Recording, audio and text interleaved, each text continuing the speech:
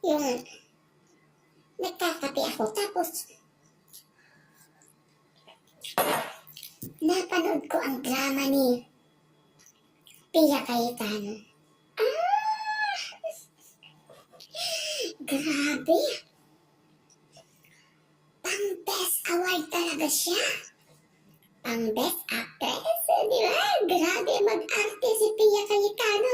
Daig pa talaga si Sharon Cuneta. Ay, naku, Diyos ko, intay! Ang sarap pumigop ng kape.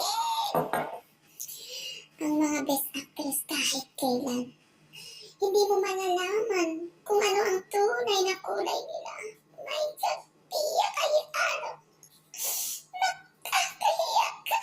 Isa kang napakalaking laptop sa ating bansang Pilipinas. Ay, naku, Diyos ko, intay.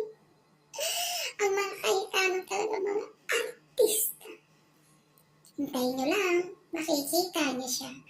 Aawardan natin siya ng Best Actress in the Senate. Parang walang nangyari. Yan po ang statement ng ating butihing Senadora Risa Hontiveros. Siguro po para sa inyong mga wala dito.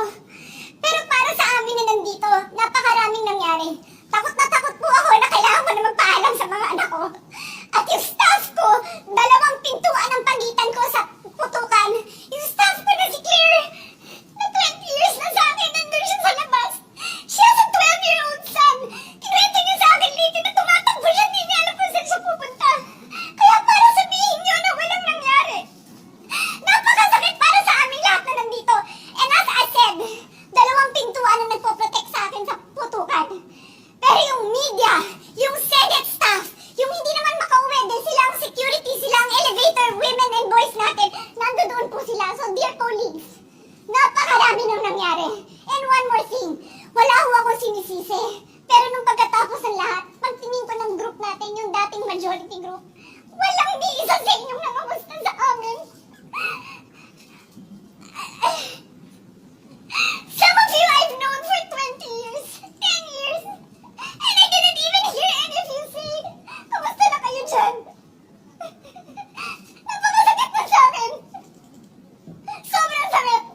So yun lang ang masasabi ko. Yes, I am very ready to share my story, to ask questions. Pero kung wala ho kayo dito, huwag niyong questionin yung mga nangyari sa mga nandito. Dahil nandito kami, kasama ng staff. Staff namin, Senate staff. You have your own story, I respect that. But please respect my own story. Thank you, Mr. President.